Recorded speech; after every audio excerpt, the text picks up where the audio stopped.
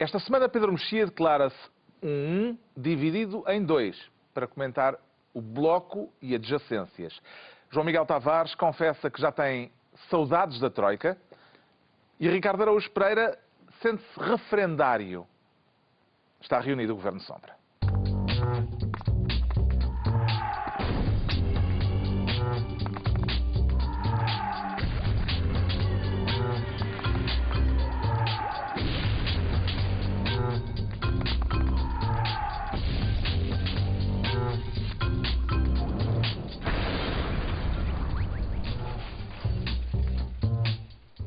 Pois então, viva, sejam bem-vindos no final de uma semana marcada pela discussão a respeito das praxes académicas, um tema a que vamos voltar mais adiante. Antes, o Ricardo Araújo Pereira quer criar o Ministério do Rendimento Máximo Garantido. Isso já é efeito da retoma, Ricardo Araújo Pereira? Não, eu acho que isto ainda é um sinal da crise e é um sinal da... Eu estou a falar daquela... Quem é que são os beneficiários desse rendimento máximo garantido? Foi o Tribunal de Contas, diz que fez um relatório, parece-me. Vamos lá ver, eu não tenho exatamente a certeza de nada daquilo ao certo, exato, ao certo, não sei se é um relatório, se é um não sei quê, não sei. Bom, é uma coisa. São coisas que saíram. Uma vez disseste, o El País do último mês, como se fosse necessário. Não, mas eu situei-o no mês anterior. Exato, não... exato. Bom, é uma atualidade alargada. Exatamente. Então, esta coisa do Tribunal de Contas... Uma coisa do Tribunal de Contas que faz ali uma espécie de ranking dos beneficiários de benefícios, lá está, fiscais, e a primeira empresa privada que mais beneficiou dessas benesses fiscais foi aquela que é propriedade do segundo homem mais rico de Portugal. Acho que é o segundo este ano. No ranking, no coiso, daqui a atrasado. Aqui é atrasado. Isto passa-se num período de 15 dias em que saiu um outro coiso, segundo o qual há 85 pessoas no mundo que detêm tanto, só elas, como metade do resto do planeta. Portanto, metade das pessoas mais pobres do planeta têm todas juntas tanto como esses 85 indivíduos. Mas tu ainda não disseste qual é o segundo coiso que foi destacado na coisa. Há um coisa que é destacado, que é o facto de ter sido omitido, é isso que estás a referir? Não disseste ainda de que grupo estás a falar. É o grupo aquelas cenas portuguesas super subtis não sabem do que é que eu estou a O falar. segundo mais rico é estarem atentos. O segundo mais rico é o grupo Google. Jerónimo Martins. É o grupo Jerónimo Martins. E isto, em que é que isto não pode ser só dizer mal. É a Sociedade Francisco Manuel dos Santos, Exato. que inclui Exatamente. o Jerónimo Martins, logo inclui o Pingo Doce. Ora, aí está. Que, aliás, praticamente nos convidaram para fazer um programa lá. Exato. E nós estamos a retribuir até falando deles. O Eldes é que diz. Mais vale falar em mal do que não falarem. E o que é que sucede? Eu acho que isto se integra, e aliás vou defendê-los, portanto, só para veres que eu não sou ingrato. Isto está integrado no plano do Governo de distribuir os sacrifícios por toda a gente. Porque quantas vezes é que a gente já disse, o que eu pagava para não ter passado aquela vergonha? Isso acontece-nos muitas vezes, ter passado uma vergonha eu ter pagado. Ou seja, a vergonha é mais caro do que o dinheiro. A gente dispõe-se a pagar para não passar determinada vergonha. E é realmente envergonhante. No momento em que estamos, e com os pensionistas a pagar e tal, a sociedade, que é propriedade do segundo homem mais rico do mundo, ser a maior beneficiária de benesses fiscais. A maior beneficiária privada, porque privada, a maior, de exato, facto, privada, é a sim. Santa Casa Sim. da Misericórdia de Lisboa. E há uma segunda questão que os 79,9 milhões de euros em benefícios fiscais. Exato. Sendo que o bolo total de benesses fiscais para estes SGPS de grandes empresas supera em muito os cortes de 900 milhões de euros. Mas menos 350 milhões do que no ano aqui passado, atrasado. do que aqui há atrasado. O que quer dizer que baixou o nível dos benefícios fiscais. Baixou. Também estão a ir-lhes à unha. Estão, exatamente, e bem. Estão eles ao bolso e bem. Mas o que eu queria dizer era, portanto, não só têm de passar pela vergonha de serem beneficiados com este tipo de benesse, como ainda são amesquinhados por um segundo pormenor, que é eles fugiram para a Holanda para pagar menos impostos, quando aqui não pagam quase nada. Isto é uma estupidez. Tiveram eles a preencher papelada, não ligues uma coisa à outra. a fazer burocracias, lá a passar por aquela burocracia toda, mudar a empresa daqui para a Holanda, que é difícil, porque eu já tentei, para ver se paga menos ou... Essa confissão dá-te uma autoridade moral para o tema brutal, atenção. E no fim disso tudo, ainda pagam menos. Não queremos os vossos 79,9 milhões. Levem. Vê isto como um rombo ao erário público ou como um incentivo fiscal, João Miguel Tavares? Mas essa é a questão. É que isto é... Enfim, Por isso a notícia como coloquei. ela... Por isso é que eu coloquei. E bem. Obrigado. Esta é daquelas notícias, quando nós as juntamos assim, são boas para a indignação fácil. Mas como todas as notícias, e muitas notícias à portuguesa, nós não sabemos minimamente do que é que estamos a falar. E eu também não sei do que é que estamos a falar. Ou seja, que raio de benefícios fiscais são aqueles? Sabe porque isso vai ser uma promo do programa. Ou seja, a pergunta é, nós temos essas notícias. Isto está A notícia subentendido saiu cada vez que eu abro a boca, João Miguel. É só por vergonha que eu não tenho aqui um certo, sinal mas em isso és neon. tu, a mas isso piscar. és tu. Mas supostamente tu às vezes quando falas realmente não sabes do que estás a falar. Mas falas de notícias em que nós vamos ler as notícias E e está ficamos lá a perceber, explicado. sim. Foste tu que não percebeste. Mas aqui não. Aqui não estava. Não estava lá explicado. Não estava lá explicado de maneira nenhuma. É uma Ou seja, condescendência tão ofensiva, não é? aqui neste caso não está explicado de maneira nenhuma. Nós lemos as notícias e dizemos, ok, há este pacotão gigante de benefícios fiscais, mas isto deve-se aqui. Porquê é que eles têm direito a estes benefícios fiscais?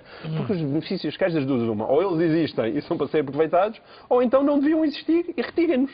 Agora, nós ficámos nisto, que horror, como é que é possível? Quando não sabes porque é que foi porque Mas o para as empresas, vale a pena haver benefícios para as empresas serem mais competitivas, para de repente haverem fundações para ajudarem nisto, e neste caso a Fundação Manuel Santos, como nós sabemos, faz coisas de jeito, não é? Como seja Exato, como programas seja. de governação. E é bom Esta saber... argumentação não vais longe. Pois não vou. Mas é bom saber porque é que isto acontece. E ninguém que lesse essas notícias ficava a saber, mas que raio de benefícios fiscais são esses? O que é que se lhe oferece sobre benefícios fiscais, Pedro Mexia? Até pelo facto do coiso referir como instituições a Santa Casa e a Fundação Francisco Manuel dos Santos, dá para perceber que há tipos de benefícios fiscais diferentes. Um que é mais óbvio que são instituições que cumprem funções sociais e, portanto, de certa forma, funções que cabem ao Estado e, portanto, é normal que o Estado... Não é difícil imaginar que no caso da Santa Casa da Misericórdia, por exemplo, os benefícios fiscais sejam não taxar o Totoloto e o Totobola e Pronto, não sei. exatamente. Mas também há outro tipo de benefícios, e eu não sei como de facto a notícia não é suficientemente esclarecedora sobre isso. Não é absurdo haver benefícios fiscais de ajuda à exportação. Todos nós estamos a falar de que a economia não cresce, Ao Estado também cabe, no domínio fiscal, dar uma ajuda para isso. E, portanto, evidentemente que quem tem uma má vontade à partida contra as grandes empresas dirá qualquer notícia que envolva uma grande empresa e homens ricos, etc., que é um escândalo. Não sei, pode ser um escândalo, pode não Prometemos ser. estudar este Mas assunto e não amassar mais os ouvintes e os espectadores com O ele. Tribunal de Contas dizia benefícios para a maior empresa privada era esta e dizia omissão. Dizia que o Governo tinha omitido esses benefícios. Isso faz soar várias Mas campainhas. o Governo omite currículos Omite também. várias coisas. São peritos em omitir coisas. Bom, vamos ver. Atribuímos então ao Ricardo Araújo Pereira a pasta de Ministro do Rendimento Máximo Garantido, enquanto o João Miguel Tavares quer ser Ministro da Oportunidade Perdida. Que oportunidade, João Miguel Tavares? A velha oportunidade da reforma de Estado, não é? O ex-Ministro das Finanças, Miguel Cadilho, citou esta semana no Palácio da Bolsa. Que simpatia da tua E parte. foi por isso que Exato, decidiu ele falou trazer aqui o assunto para o fazer seu de novo. Não, o Miguel Cadilho, aliás, foi se calhar alguma das primeiras pessoas a pensar de forma muito estruturada sobre esta questão também da reforma de Estado. Ele, aliás, tem um livro chamado O Sobrepeso do Estado, que foi publicado já há alguns anos e depois foi reeditado até recentemente, e portanto é alguém que pensa sobre isto há muito tempo. Isso é a primeira pessoa que usou sobrepeso num título também. Investiguei na Biblioteca Nacional. A doutora Isabel do Carmo ainda não Não, tinha exatamente, usado. não andas a acompanhar a obra da Agatha Roquette. Mas o que se passa aqui é uma voz mais avisada e certamente com mais peso que a minha, modestamente, e é importante sublinhar isto nesta altura, por causa do entusiasmo que está a pairar, sobretudo sobre a questão da saída do memorando e da famosa saída limpa. Nossa, Eu pode ser tenho casa dito aqui... com entusiasmo. Eu tive dificuldades a chegar cá hoje. Mas isso é porque tu não te dás com ninguém. Porque se tu telefonasses mais aos teus amigos, tu ias perceber que eles estão muito Não entusiasmados. vale fazer revelações Não sobre é a isso. vida Os pessoal os amigos de Pedro Mexia estão particularmente presentes à mesa. entusiasmados com esta É porque época. está na fundação do livro lá em cima. Portanto, Não é mas nada. também é Não. uma... Não é nada. Todos os que estão no governo, ou seja, é evidente que ainda esta sexta-feira saíram números de desemprego, houve outra vez uma descida grande dos números de desemprego, que não, os juros estão a descer, não vejo como é que isso não possa ser encarado como uma boa notícia, como nós já referimos aqui. Agora, mas é exatamente no momento em que este pupurri de boas notícias se vão acumulando que convém nós termos consciência que há imensa coisa para fazer. E é esse o meu medo, sobretudo cada vez que se fala da questão da saída limpa. E é por isso que estes avisos, como Miguel Cadilho, são tão importantes. As pessoas têm que tomar consciência de que isto pode ter sido realmente uma oportunidade perdida. Agora que as coisas parecem que estão a correr bem, é que convém sublinhar que, sim, mas essa reforma do Estado não foi feita e tem ainda que ser feita. E não vale a pena nós estamos aqui com grandes entusiasmos, vamos sair do memorando e tudo isso, quando boa parte do trabalho de casa não chegou a ser feito. Ainda será possível reencontrar a oportunidade perdida, Pedro Mexia? Proust na Troika, é isso que queres, não. Em busca da oportunidade perdida? Desde o princípio que percebemos que aquelas medidas mais ou menos emblemáticas, embora algumas até nem fossem muito importantes do ponto de vista orçamental, mas do género extinguir freguesias, extinguir fundações, é engraçado. O que se passou com as fundações é bastante engraçado, porque não é um bolo muito significativo em termos globais, mas houve aquelas recomendações do governo que as fundações não acataram, não se quiseram extinguir. Quer extinguir, prefiro não me extinguir. Pronto, foi o que aconteceu. Era um barco da fundação. Exatamente, preferia não o fazer. E então houve uma série de sinais, mesmo que pudessem não ser muito significativos do ponto de vista orçamental, como eu dizia, mas de que a tal reforma do Estado, em alguns aspectos importantes, não seria feita. O que nunca se percebeu, e eu acho que a grande história a ser escrita pelos politólogos e pelos historiadores em relação a este governo, e sobretudo se ele for reeleito, é até que ponto este governo tinha de facto uma ideia de reforma do Estado séria, e portanto a Troika foi uma oportunidade para isso, ou a Troika uma situação de emergência a partir da qual o governo foi improvisando. Eu acho que ainda não é totalmente claro, porque há sinais contraditórios nessa matéria. Também lhe parece, Ricardo Araújo Pereira, que é uma pena, e agora vou citar Miguel Cadilho, Portugal ter deixado de perder a grande oportunidade que foi o momento troiquiano? Vamos lá ver, Já viveu o seu momento troiquiano? Hoje ainda não. E nota-se, aliás, porque estou bem disposto ainda. O que é que costuma fazer nos seus momentos troiquianos? Tomo um compensanzinho, uma coisa para me acalmar também. Tentas investigar a facilidade das empresas irem para a Holanda? Exatamente, tento fazer isso, a ver se há alguma hipótese de eu estar sossegado. Bom, a minha camisa faz batimento, acho que sim. Esse das risquinhas. Foi um comentário agora. Foi um comentário televisivo. Tão bonito. O que é que eu quero? Esta oportunidade perdida... Quer dizer, isso exatamente é o quê? Explica lá. Eu não sei, eu depois já te digo. Vamos lá ver, esta oportunidade perdida, o João Miguel sempre foi, e a justiça seja feita, um salteador da oportunidade perdida. É verdade que ele tem estado sempre desde o início. Obrigado. Não é? Agora, a minha questão é o seguinte... Se a justiça seja feita no sentido em que Robespierre dizia assim, com o auxílio de uma daquelas maquinetas. Sim, aquelas maquinetas. Mas o governo em si, eu não sei se tinha... Reparem, desde o início, que o governo o que disse foi há aqui umas gorduras no Estado que é preciso cortar. A reforma do Estado para o governo era a Troika, era a própria Troika. O memorando da Troika era, segundo o governo, a oportunidade para fazer essa reforma do Estado. E, aliás, eles até queriam ir além, justamente para aprofundar ainda mais. Mas tu continuas a preferir que eles fossem além? Eles foram além no aumento de impostos. Ficaram claramente aquém na história de cortes nas despesas e na reforma do Estado, sem dúvida. É a oportunidade Foram perdida. além, foram Certo, além mas- em sítios que não deviam ir e ficaram aquém em sítios onde deviam ter ido. Eles fizeram muitos cortes nas despesas, fizeram, por exemplo, nas minhas despesas. Há despesas que eu agora não consigo ter porque não dá. Os reformados também não conseguem ter despesas. O momento neorrealista de Ricardo Araújo Pereira. Estou a dizer ele Tu no cada vez sentido- que embarcas para o neorrealismo, Eu, o povo sabes português, que eu, o as pessoas povo não olham para ti português. e vem o Manuel Fonseca. Tu puseste a ti na mesma frase dos reformados, o que é um pouco indigno, mas enfim. Pronto, fica entregue ao João Miguel Tavares a pasta do Ministério da Oportunidade Perdida. Agora o Pedro Mexia quer ser Ministro do Repúdio para tutelar quem repudia ou quem é repudiado, Pedro Mexia? Quem repudia, o repudiante. O repudiante. Neste caso, o repudiante. Porque tem a Não me ver diga com... que vai falar da vida privada do cidadão francês François. Não, vou falar do comunicado público feito à imprensa pelo Presidente da República da França sobre a sua assim vida mesmo. privada. Que algumas pessoas chamaram um comunicado de repúdio. Porque o que ele disse foi, a declaração é esta: faço saber que pus fim à vida comum que partilhava com Valéry coisa. É difícil este nome.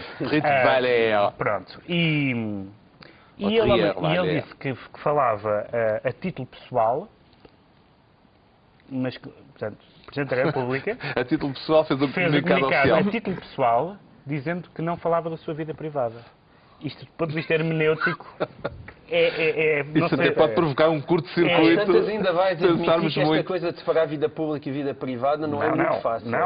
Isso é um dado adquirido, quer dizer, a situação estava criada. Eu mantenho o que disse. Eu, se fosse jornalista, não teria dado a notícia da scooter. Acho que o senhor tem direito Andar de scooter. a comer os croissants que quiser. Eu sei que comeram pior, mas não. Era isto que eu ia dizer. A comer os croissants que quiser e onde quiser. Mas, a partir do momento em que é público que agora a ex-companheira do Presidente é hospitalizada, sai de casa, etc., aí deixou de ser vida privada, porque é um facto notório, público e notório. E, portanto, agora, a declaração é uma declaração um bocadinho que não é propriamente não é de divórcio, porque eles não eram No casados. fundo, foi para dizer que na Índia escusam de a tratar como primeira-dama, que ela já não vai ser quando lá chegar. Porque ela estava a caminho da Índia para uma viagem entretanto, que seria como fez o seu primeira-dama. momento Diana, a Diana esteve no Taj Mahal, na altura ainda do divórcio, e ela e a Valéry Coiso deu uma entrevista a dizer que era E agora até admite escrever um livro sobre a relação. sentido como se tivesse caído do Arranha-Céus, não é essa a expressão dele. Quem Que o está... Wittgenstein desmentiria, porque ela não faz ideia de como é que uma pessoa se sente quando cai de um arranha-céus. São os jogos de linguagem. A filosofia da linguagem agora. O que acontece é que quem é que está contente? Está contente os assessores de Hollande, porque, como se sabe, a Valéry Coiso teve alguns problemas de tweets e com a ex, por acaso, com a ex-mulher ou com a ex-companheira da François Hollande, apoiou o candidato que concorreu contra ela e que lhe ganhou, e que não era um candidato oficial do Partido Socialista, etc. Agora toda a gente a ver o sabe que é que diz a Gaie nos tweets não, sobre a Valéry. os assessores do Hollande fizeram um comentário mais bonito, o comentário de sonho de qualquer homem apaixonado, diz que ela vale 5% nas sondagens. Porque é mais nova, mais bonita e 5% menos para cima. Para cima. Faz aumentar. Espero que sim, senão também não vai durar Mas muito. fazer aumentar 5% também é normal, não é? Depende da base de onde tu partes. Estava eu a dizer. Isto não é condições.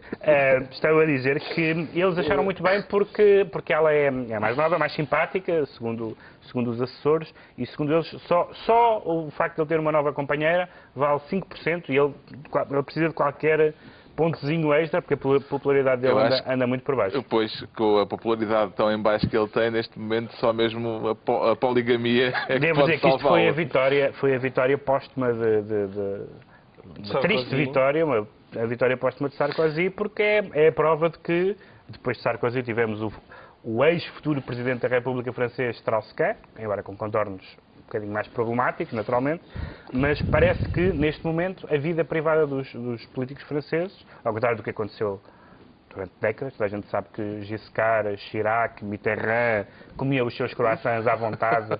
Aliás, o Chirac até comia sushi, porque tinha filha no Japão e não sei o quê. Portanto, e não havia problema, quer dizer, não havia problema público, não se falava disso, ou só se falou muito tarde, Agora, aparentemente, acabou isso em França e eu acho que isso é uma má notícia, devo dizer. Vê alguma relação, Ricardo Araújo Pereira, entre a mudança conjugal e a mudança política de François Hollande?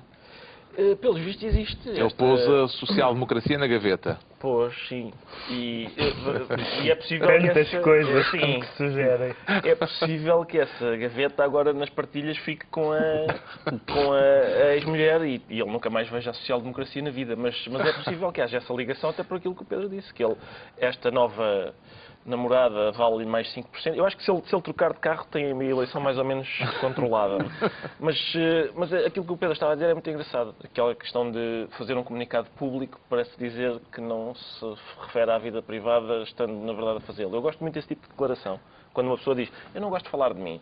Que é logo uma primeira informação que a gente obtém sobre a pessoa que não gosta de as prestar. E como, atenção, falta-me uma, que é, por exemplo, se entre o país e as eleições, que se lixem as eleições porque eu quero salvar o país. Que é uma Regressamos à vida doméstica. Sim, é uma pessoa que diz, eu não quero ser eleitoralista, mas produzindo uma declaração que é profundamente eleitoralista. Em que momento é que a vida conjugal deixou de ser um assunto doméstico, João Miguel Tavares? No meu caso, a partir do momento que o François é presidente de França e a Valérie era primeira-dama. Portanto, a partir do momento que isso acontece, Quer saber todo o croissant que ele come? Não, eu não quero necessariamente saber, embora todos nós que somos pessoas que são tão elevadas, andamos aqui divertidíssimos a discutir este assunto há imenso tempo, portanto, a coisa depois torna-se irresistível. E como eu acho que é legítimo dar esse tipo de noticiário, sendo as figuras aquelas que são, não há nada a fazer. Não é possível traçar uma linha pura entre o lado privado e o lado público quando se é presidente de França. O João Miguel está a dizer porque ele está a dizer o homem como é presidente da República, a vida privada dele interessa-nos e isso tem um interesse mediático, digamos assim, para nós sabermos mais até sobre o que ele faz. Quando isso é absolutamente um tiro ao lado, interessa-nos como é que um choninhas daquele saca 3 ótimas moças. Sim, isso eu gostava de ver investigado agora. Não, porque agora usar politicamente, ele divorciou-se. Quer saber disso? Eu quero saber como é que aquele tipo de choninhas saca 3 ótimas moças. E abre grandes perspectivas. Exato, mas os jornalistas andam a dormir. O Pedro Mexia fica então Ministro do Repúdio, daqui a pouco ilegalizar ou não as praxes académicas, a discussão que dividiu opiniões esta semana. Para já, o Ricardo Araújo Pereira declara-se referendário e até traz material de apoio e tudo. O que é que nos quer dar a ver, Ricardo Araújo Pereira? Nós temos um pequeno clipe.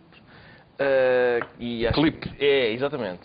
E vamos vê-lo agora. Um debate e ouvi-lo. O interesse da criança. Aquilo que nós estamos a fazer é adiar o interesse de determinadas crianças que pertencem a famílias minoritárias. Todos os direitos das pessoas podem ser referendadas. Foi referendada, vamos lá ver, quando se referendou a interrupção voluntária da gravidez, também era um direito daquelas pessoas que tinham a decisão de interromper a gravidez ou não. Não se referendam direitos humanos.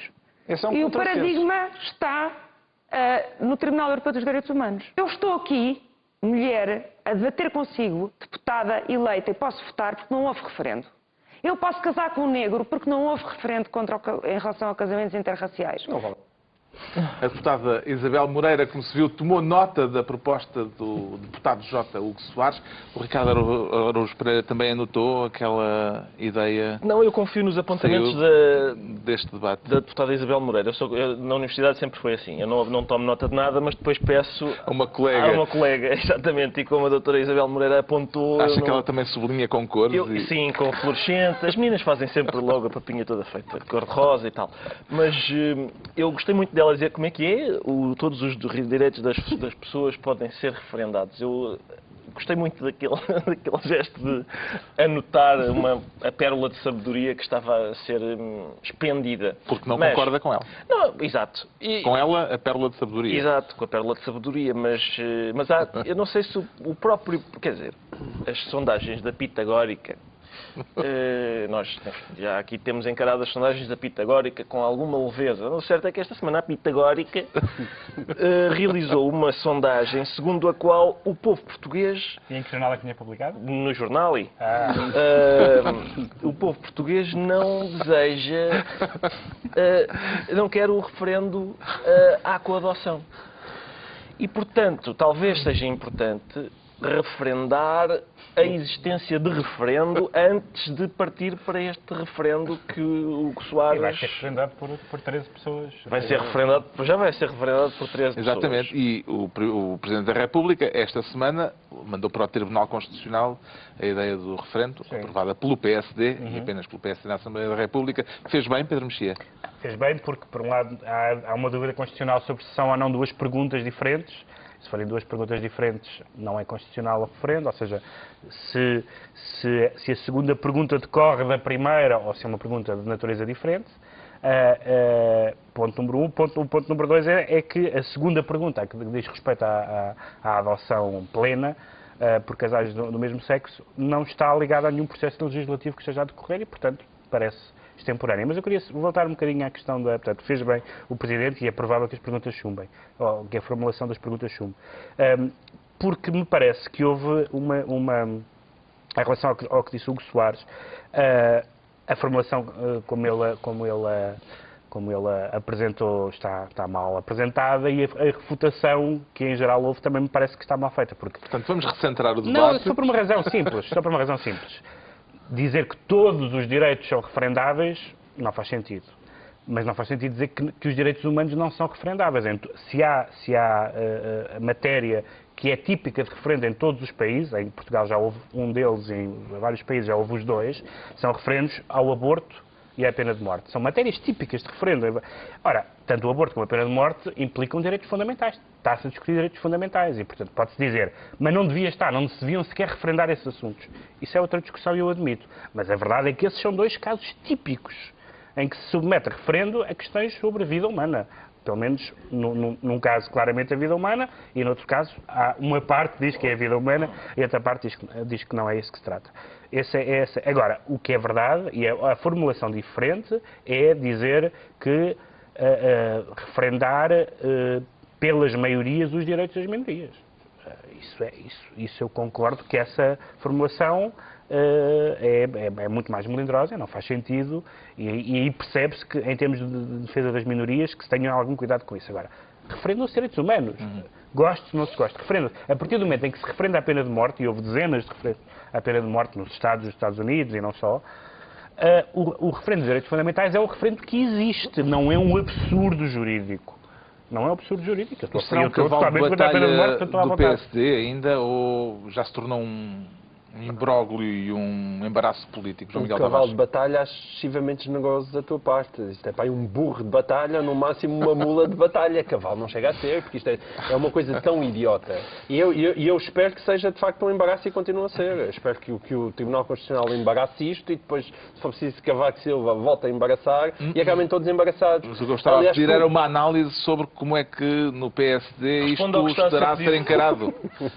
Se ainda vão continuar a insistir nisto, ou se estão a tentar deixar cair isto airosamente? Eu acho que isto foi pura artimanha. Portanto, eu não sei se o PSD não tinha vagas de esperança que Cavaco Silva matasse logo isto à nascença. E, nesse aspecto, acho bem que Cavaco Silva não tenha matado coisa nenhuma para isto voltar a ser discutido. Agora, deixa-me só dizer isto, não vale a pena estarmos outra vez aqui com este debate, mas eu recuso que a questão da coadução seja uma questão de direito de minorias. Por isso é que eu acho que isto nem sequer... A questão está mal colocada desde o início, mais uma vez. Isto não é nenhum direito de minorias, é direito de crianças. Pode ser que é direito de minorcas, mas não é direito de minorias.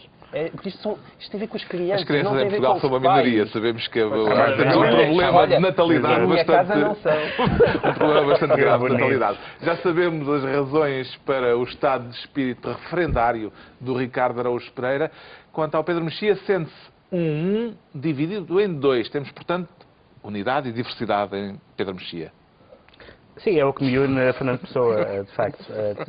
É uma unidade na diversidade. E a que é que se deve essa espécie de esquizofrenia? Não é esquizofrenia, isto é uma homenagem à expressão, que aliás deu título a um livro de Pacheco Pereira, sobre o impulso fracionário que há na esquerda. E o impulso fracionário, que é histórico, não tem nada de especial. Há esquerdas diferentes, contradições diferentes. Até se pode dizer, como às vezes se diz, que isso é enriquecedor. Tarará. Tudo bem, não contesto isso. Até porque andaram-se razoavelmente a matar uns aos outros durante o século XX. Conhecemos essa história. Mas Mas então, as mesmas pessoas que falam disso não estejam sempre a falar da unidade de esquerda, porque, de facto, o que acontece foi o Bloco, ao longo dos tempos, tem tido... O Bloco foi um caso de sucesso, foi uma ideia genial de passar por cima das divergências históricas na esquerda, à esquerda do PS, ou à esquerda do PC, ou à direita do PC, não se sabe bem. Encontros de vontades entre encontros trotskistas de culturas, e stalinistas. Mas a partir do momento em que José Sócrates inteligentemente esvaziou a única coisa ganhadora do projeto Bloco, que eram as questões de costumes, parece que não há tanto entusiasmo, há alguma interesse nas pessoas nas questões de costumes. Parece que há menos entusiasmo em sair da NATO, por exemplo. É um assunto que não galvaniza. Pelo menos para o resto, as pessoas continuam a confiar mais no PC. Bom, exatamente, além do mais. Até porque tem sindicatos, tem presença real na vida laboral, etc. E depois tem havido esta sucessão de saídas, quer de saídas do partido, quer de pessoas que tomaram posições diferentes da linha oficial, e tivemos, nestes casos muito diferentes, alguns deles eram independentes, já episódios com Rui Tavares, Daniel Oliveira, Joana Amaral Dias, Miguel Valdealmeida, José Sá Fernandes, Ana Drago, todos eles, de uma forma ou de outra, uns saindo do partido, outros desaparecendo um bocado do espaço público, outros sendo independentes e passando radicalmente a independentes. Um dos protagonistas, Daniel Oliveira, admite mesmo que isto já é motivo natural de chacota e piada. Sim, porque depois acontece esta história que aconteceu em relação às europeias, que é o 3D apresenta essa tentativa de listas conjuntas em que estaria também o LIVRE e a Renovação Comunista, etc. E o Bloco diz que aceita se o 3D, que na verdade ainda não é nada, do ponto de vista jurídico, quero dizer, se estiver incluído na lista do Bloco, o que não era bem a ideia, parece-me a mim, quanto ao LIVRE, passam por cima, porque por isso simplesmente... Quem saiu do Bloco não pode agora voltar lá. Sim, eu queria chamar a atenção. O Ricardo diz aqui uma expressão, utiliza aqui muitas vezes uma expressão que é a expressão em sede própria. Quando ele se referindo aos seus artigos de visão. E eu gostava de estabelecer aqui um ponto de ordem à mesa. Que as discussões tidas no Governo de Sombra fossem tidas no Governo de Sombra. Porque aconteceu uma coisa. O João Miguel Tavares escreveu esta semana no Público... O momento de denúncia. Escreveu um artigo... E estou a utilizar isto no sentido da teoria literária. Camarada João Miguel Tavares, depois precisamos de uma autocrítica. No sentido da teoria literária, escreveu um artigo patético, isto é, cheio de patos, no Público, em que nos respondia a nós... Quem é o nós? A nós, os dois, por exemplo, ou os três até, sobre coisas que aqui dissemos sobre a diferença, a vantagem do idealismo e da ingenuidade que ele defende como vantagens para a política. Para já, identificar idealismo e ingenuidade, visto o filme do Spielberg sobre o Lincoln, que era um idealista, mas lá está, não era um ingênuo, comprava votos, etc. Bom, e depois, dizer que não tenho nada contra a ingenuidade, mas não na política. Por exemplo, não tenho nada contra coxos, mas não nas Olimpíadas. Então, há umas Olimpíadas para as Olimpíadas... Não, mas não para específicas. Os Jogos Paralímpicos. Com certeza. Nesses faz sentido que eles... Tu queres Rui Tavares na para-Olimpíada política? Não, eu não quero, eu não tenho nada contra o Rui Tavares, como sabes, sou amigo dele. Mas acho que defender Rui Tavares, elogiando-lhe a ingenuidade, é uma grande maldade. Amigo da onça. É de amigo da onça, porque os ingênuos são comidos. Toda a subtileza do meu argumentário. É de uma grande maldade. O que é que tem a dizer o representante do futuro movimento 2Is? João Miguel Tavares. Primeira coisa, peço imensa desculpa, mas eu tentei não fazer debufo naquele artigo só porque eu pensava que a nossa conversa tinha sido no carro. Mas pronto, afinal foi aqui à mesa. E os assuntos que se passam entre nós no carro... ter protocolo. Não, é porque assuntos que passam-se entre mim e o Pedro Mexia na parte traseira de um carro é uma coisa que... Não, eu vou sempre para a frente. Já se quer dizer essas coisas. Agora, a questão ali não... Ou seja, o artigo, na verdade, era menos para elogiar a questão só da ingenuidade e do idealismo como para desconstruir a questão que as pessoas, por vezes, valorizam excessivamente daquelas pessoas que são muito calculistas e fazem muitas contas de cabeça.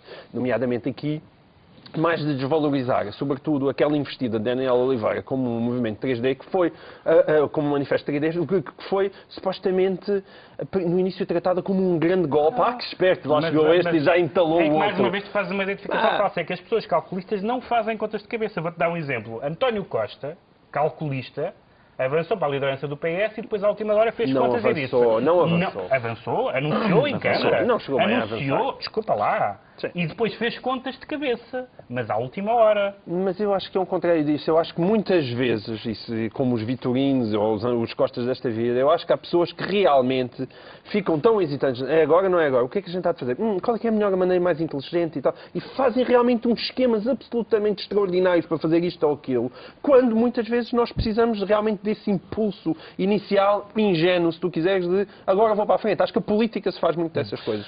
E, neste ponto da história, o que nós temos é, de repente, ok, o Partido Livre pode ser... eu também muitas vezes vejo aquelas descrições da maneira do funcionamento daquilo e parece-me um bocadinho pueril, mas ao menos eles vão fazer este fim de semana um congresso e aparentemente conseguem formar um partido. Enquanto e as reuniões da direção vão ser à porta aberta. E enquanto o famoso... seja o que for, mas enquanto o famoso 3D não é nada e continua a não ser nada. O Ricardo Araújo Pereira, que já assinou o 3D, vai assinar também o 2Is? Não, aliás, eu em relação ao que o João Miguel Tavares disse, vou responder nesta semana na Crónica da Visão e em 2 cartas de leitor que estou a escrever para o público.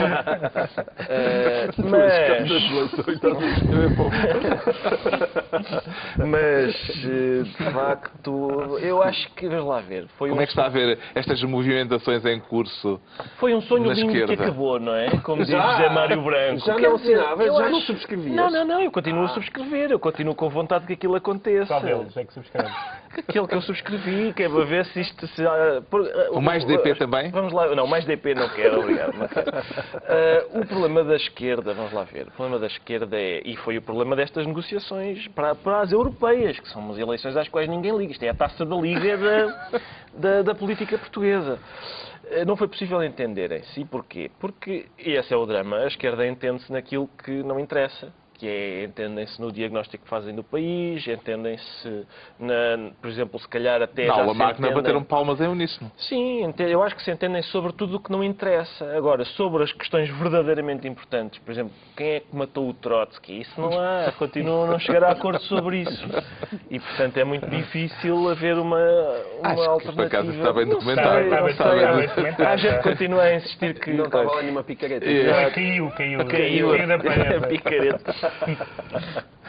Pronto, então está percebido o 2 em 1 do Pedro Mexia, ao mesmo tempo que o João Miguel Tavares já se sente com saudades da Troika, mas a Troika ainda não se foi embora, João Miguel Tavares. Não, mas eu já sinto saudades por antecipação. Então, é só porque eu acho que provavelmente... Parece-me que, pelo que percebi, que vai trazer de novo à baila Miguel Cadilho. Não, tu é que continuas a insistir com o Miguel Cadilho. Não é, o que quer trazer à baila é o Bundesbank. O Bundesbank, que na notícia do Jornal de Notícias, se não me engano era do Jornal de Notícias, sim, dizia que Miguel Cadilho foi o grande arauto desta ideia ainda antes do Bundesbank. A ideia que nós vamos falar é defendida por Miguel Cadilho, é defendida pelo FMI, é defendida por uma catrefada de pessoas, mas a partir do momento que é defendida por Bundesbank, ele começa a levar a sério. Isto é a propósito de uma recomendação do FMI. É nesse sentido que eu digo que faz falta, se calhar ainda vamos ter saudades da Troika. É um bocadinho para desmontar certas ideias feitas. Eu hoje estou um bocadinho como o Mourinho, de Black and Decker, é preciso destruir a parede. E neste caso a parede da ideia é feita de que aqueles senhores da Troika só cá vieram sacar-nos dinheiro, porque o que eles queriam era os nossos juros e nós estamos a pagar imenso. Agora, o que é que se passa? O Bundesbank veio com a ideia do famoso bail-in que já foi aplicado a Chipre. E eles querem que no futuro, qualquer país que esteja à beira de uma bancarrota, tipo Portugal, que é uma coisa que nos costuma acontecer muito mais do que a qualquer outro país na Europa, já aconteceu 3 vezes nos últimos anos, que qualquer país que esteja à beira disso, primeiro, senhores, vão sacar o dinheiro às contas bancárias. Às contas bancárias, e estão a falar do imposto único, tecnicamente eles chamam aquilo um one-off, de 10% sobre a riqueza. 10%. Ou seja, agora de repente estamos nesta situação e o Governo diz, senhores, passem para cá todas as pessoas 10% daquilo que têm no banco ou onde for.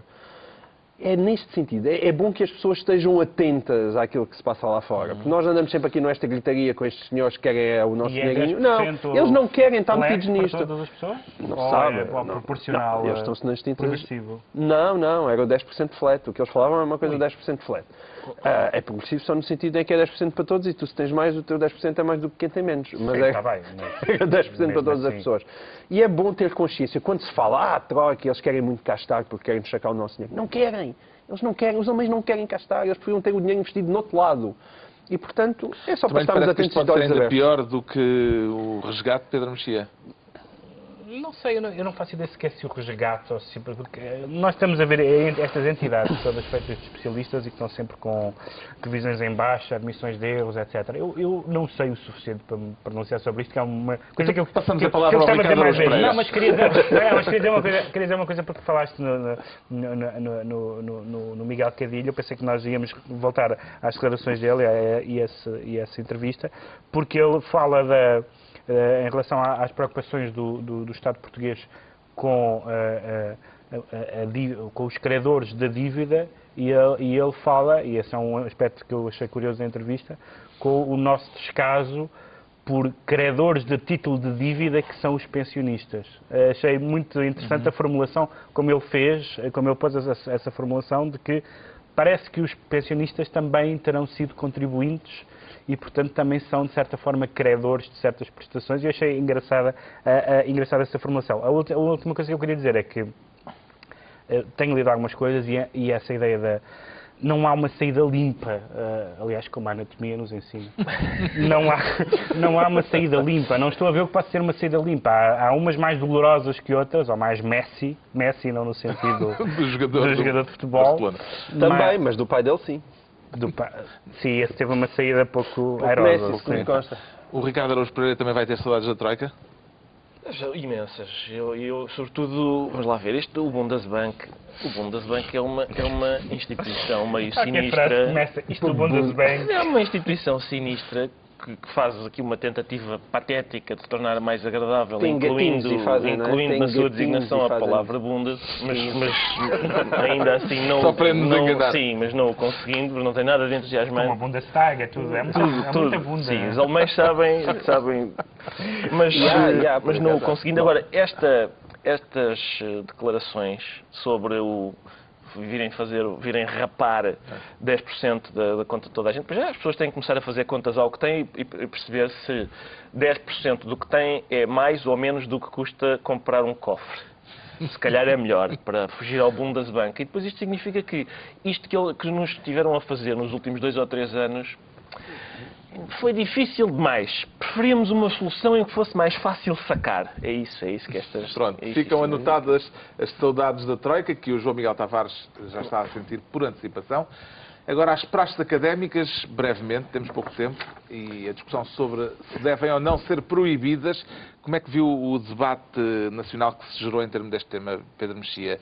Faz sentido falar ou pôr a hipótese de proibir as praxes académicas? Não, depende do que é que estamos a falar, porque é evidente que há certos atos que são praticados nas praxes, e nem é preciso ir para este hipotético caso extremo, que ainda não sabemos exatamente o que aconteceu no Meco, mas não é preciso irmos para um caso tão extremo. Há certos casos conhecidos de praxe que configuram crimes e, portanto, são crimes independentemente do resto. Eu devo dizer que não acredito... Mas isso está na lei geral. Isso está na lei geral. Eu não tenho interesse nenhum pelas praxes, acho que as praxes, acho que toda a conversa da integração é uma treta, toda a conversa da tradição, tirando em Coimbra, é uma treta, mas também acho que as praxes têm uma grande dimensão de mau gosto, de javardice, etc., que não é passível de proibição, faz parte... Quer dizer, se me perguntassem se eu proibia as tunas, eu proibia, mas acho que é absurdo proibir as tunas, ou seja, acho que há uma dimensão da praxe que é simplesmente uma questão de mau gosto e de estupidez. Há outra que é de humilhação e de violência. Portanto, essas coisas devem ser separadas. Deixa-me só ver até que ponto é que tu irias. Tu passarias pelas armas os elementos de uma tuna? Está bem, só para ver. Estava respondido. Mas agora, há uma questão também que tem sido... Vamos voltar ao tema, portanto não é preciso elaborar tudo. Rapidamente, é que o que é que vai proibir? Porque nós não estamos a falar propriamente de atos, muitos deles feitos nas instalações de uma universidade. Ou seja,